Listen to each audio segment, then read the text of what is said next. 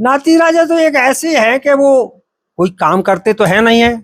चुनाव भर में आते हैं, हाथ जोड़ते हैं, मैं फलाना जू मोए महाराज जू मो तुम्हारे पाँव पन्ने फलाने जू ऐसो है जू फलाना जू करते हैं। लेकिन 5 साल में कोई मर रहा है, जी रहा है, क्षेत्र की क्या स्थिति है, कोई क्षेत्र में आता नहीं है। विधायक तो वो ठीक है, किस्मत से बन गए तो बन गए, लेकिन इस बार मैं उनको चैलेंज करता हूं कि वो आएंगे और भारतीय जनता पार्टी जीतेगी और नाती राजा को बहुत बुरी तरीके से पराजित होना पड़ेगा। मध्य प्रदेश में चुनावी गहमा गहमी का दौर शुरू हो चुका है और तमाम वादे कांग्रेस की तरफ से भी हैं और भारतीय जनता पार्टी की तरफ से, और वर्तमान में आज ही कुछ ही देर पहले कांग्रेस की भी एक जो लिस्ट है वो तैयार हो चुकी है और नामों की घोषणा हो चुकी है।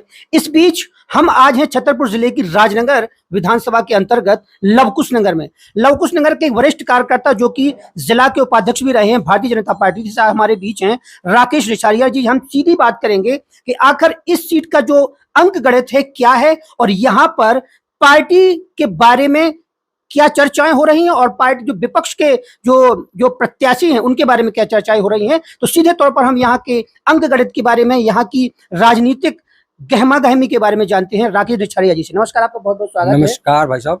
और आप भारतीय जनता पार्टी के वरिष्ठ कार्यकर्ता हैं, आप जमीनी तौर पर बहुत बेहतर तरीके से जानते हैं कि यहाँ पर क्या बेहतर परिणाम आने वाले हैं भारतीय जनता पार्टी के लिए या कांग्रेस के लिए। तो आप बताएंगे थोड़ा विस्तार से कि क्या भारतीय जनता पार्टी जिस समीकरणों से गुजर रही है उसके लिए कुछ पॉजिटिव दिख रहा है? वर्तमान में क्या स्थिति है, ये अपना ये राजनगर लवकुश नगर क्षेत्र है जो ये पूरा भाजपा वाला क्षेत्र है। जब भी यहाँ आज तक यहाँ से भाजपा कभी हारी नहीं है। रही कांग्रेस की बात, तो कांग्रेस में तो ऐसा है कि कांग्रेस के विधायक आएंगे और जाएंगे, लेकिन कभी भी वो कहते भी हैं कि मुझे यहाँ से कभी सफलता नहीं मिली है, इसलिए मुझे इस क्षेत्र से कोई लेना देना नहीं है। वर्तमान में जो हमारे पार्टी के भारतीय जनता पार्टी के प्रत्याशी भारतीय जनता पार्टी के हैं श्री अरविंद पटेरिया जी, वो क्षेत्र में लगातार सतत संपर्क कर रहे हैं, कार्यकर्ताओं के बीच जा रहे हैं, उनके दुख दर्द को समझ रहे हैं। ऐसी स्थिति में भारतीय जनता पार्टी बहुत अच्छी मतों से जीतेगी। तो आपको क्या लगता है कि जो 15 सालों से जो विधायक हैं विक्रम सिंह नाती राजा जी, तो एक एंटी इनकम्बेंसी का सामना करना पड़ता है।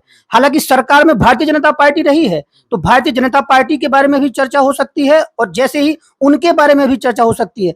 तो क्या इसी वजह से अरविंद पटेरिया को समर्थन मिल सकता है कि या जमीनी तौर पर कुछ बेहतर करते रहे हैं? भारतीय जनता पार्टी का कार्यकर्ता तो हर गांव में है और वर्तमान में जो हमारे मुखिया मध्य प्रदेश के शिवराज सिंह है, जो उनकी योजना है लाडली बहना है या अन्य पार्टी की जो योजना है जिससे लोग बाग प्रभावित हैं, उस योजना का लाभ विशेष क्षेत्र में मिलेगा और हमारे वर्तमान में जो प्रत्याशी हैं भाजपा के, उस योजना का विशेष उनको लाभ मिलेगा, जिससे अपनी सीट अच्छी मतों से जीतेगी। तो ऐसे क्या मुद्दे रहने वाले हैं कि जिसमें भारतीय जनता पार्टी के प्रति लोगों का समर्थन है और कांग्रेस हालांकि दावे कर रही है, जीत के भी दावे कर रही है कि सरकार में हम फिर से आने वाले हैं। तो क्या लगता है कि ऐसा क्या बेहतर किया है भारतीय जनता पार्टी ने कि एक बार फिर से उसे यहाँ पर मौका मिल सकता है? भाजपा ने ये बेहतर किया है कि जो अभी 2018 में कांग्रेस की सरकार कमलनाथ जी की आई थी, 15 में आज चली है, उन्होंने जो भी भाजपा की योजनाएं थी वो पूरी बंद कर दी थी, जिससे हमारे क्षेत्र की किसान, महिलाएं, युवा सब परेशान थे। और जैसे ही 15 महीने के बाद भाजपा की सरकार आई और शिवराज सिंह मध्य प्रदेश के मुख्यमंत्री बने और भाजपा ने अपनी पूरी योजना फिर से चालू की। आज वर्तमान में जो लाडली बहना का एक प्रेशर दिख रहा है या जो आम जनता में करंट दिख रहा है, उससे मुझे तो लगता है कि उससे इस बार बहुत ही अच्छा पार्टी का परफॉर्मेंस रहेगा और अच्छे मतों से पार्टी जीतेगी। तो क्या आपको लगता है बार बार जैसे जब चर्चा होती है तो बीजेपी जब बहुमत की बात करती है कि वह बहुमत हासिल कर सकती है, तो ज्यादातर इसकी चर्चा होती है लाडली लक्ष्मी योजना की, तो क्या आपको लगता है ये गेम चेंजर साबित हो सकती है? नहीं, गेम चेंजर से साथ नहीं है, ये तो पूरी महिलाओं से जुड़ा हुआ और डायरेक्ट ये लोगों से जो लोगों को दिख रहा है कि जो पार्टी कहती है वो करती है। कांग्रेस ने जो कहा वो नहीं किया। किसानों के साथ जो वादा खिलाफी की, किसानों का कर्जा माफ करने की बात की, उन्होंने एक ही किसान का कर्जा माफ नहीं किया। और वर्तमान में जो भाजपा ने कहा है कि लाडली बहनाओं को हम 1000 से 3000 तक देंगे और 1000 दिया, वर्तमान में 12.5 से आज भी दे रहे हैं, जिससे हमारे जनमानस में उसका करंट है और अच्छे मतों से पार्टी जीतेगी। तो एक नाराजगी की भी बात आती है कार्यकर्ताओं को लेकर। हालांकि हम पूरे प्रदेश की बात नहीं करेंगे, हम केवल राजनगर की बात करेंगे। तमाम कार्यकर्ता ऐसे होते हैं, कुछ उनकी उम्मीदें होती हैं, कई टिकट की दावेदारी भी करते हैं, तो कुछ ऐसे कार्यकर्ता नाराज भी देखे जा रहे हैं। हालांकि अब उनका रुख अलग हो सकता है। तो आपको कहीं लगता है कि ऐसे राजनगर में भी है और अब भी कुछ अंदर खाने कुछ चर्चा है कि लोग पार्टी से नाराज हैं? पार्टी में हर कार्यकर्ता को हक है पार्टी में टिकट मांगने का, लेकिन पार्टी उसी जिसको उचित समझती है या जिसको अच्छा उम्मीदवार समझती है, पार्टी उसी को टिकट देगी। विरोध होना एक स्वाभाविक प्रक्रिया है। ये भाजपा है, सब कार्यकर्ता मैनेजमेंट में आ जाएंगे, सब लोग सेटल हो जाएंगे, कोई भी कार्यकर्ता पार्टी का विरोध नहीं कहेगा और सब लोग तन मन धन से लगेंगे और पार्टी अच्छे मतों से जीतेगी। तो आपको क्या लगता है कि अरविंद पटेल या पिछली बार जो बहुत कम अंतर से जो पराजित हो गए थे, इस बार उनकी जीत धमाकेदार हो सकती है कि या उनको अभी भी टक्कर मिल सकती है? नहीं, देखो एक और है, हमें पार्टी में रह करके ओवर कॉन्फिडेंस में नहीं रहना चाहिए। पार्टी में हमें अच्छी मेहनत करने की जरूरत है।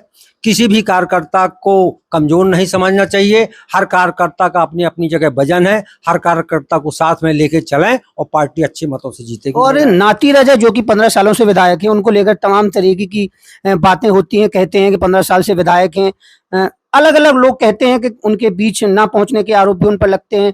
कई ऐसे काम हैं जो विकास कार्यों को लेकर कहा जाता है कि उन्होंने विकास पर ज्यादा ध्यान नहीं दिया है। ये तक कहा जाता है, मैं कल ही घूम रहा था जब अन्य कुछ गांवों का मैंने दौरा किया था, तो कह रहे थे कि वो तो विधायक निधि तक खर्च नहीं कर पाते हैं। तो आपको इस अंचल में जो है क्या उनको लेकर चर्चाएं होती हैं, नाती राजा को लेकर जो वर्तमान विधायक है? नाती राजा तो एक ऐसे है कि वो कोई काम करते तो है नहीं है। चुनाव भर में आते हैं, हाथ जोड़ते हैं, मैं फलाना जू, मोए महाराज जू, तुम्हारे पाँव पन्ने फलाने जू, ऐसो है जू, फलाना जू करते हैं। लेकिन 5 साल में कोई मर रहा है, जी रहा है, क्षेत्र की क्या स्थिति है, कोई क्षेत्र में आता नहीं है। विधायक तो वो ठीक है, किस्मत से बन गए तो बन गए, लेकिन इस बार मैं उनको चैलेंज करता हूं कि वो आएंगे और भारतीय जनता पार्टी जीतेगी और नाती राजा को बहुत बुरी तरीके से पराजित होना पड़ेगा।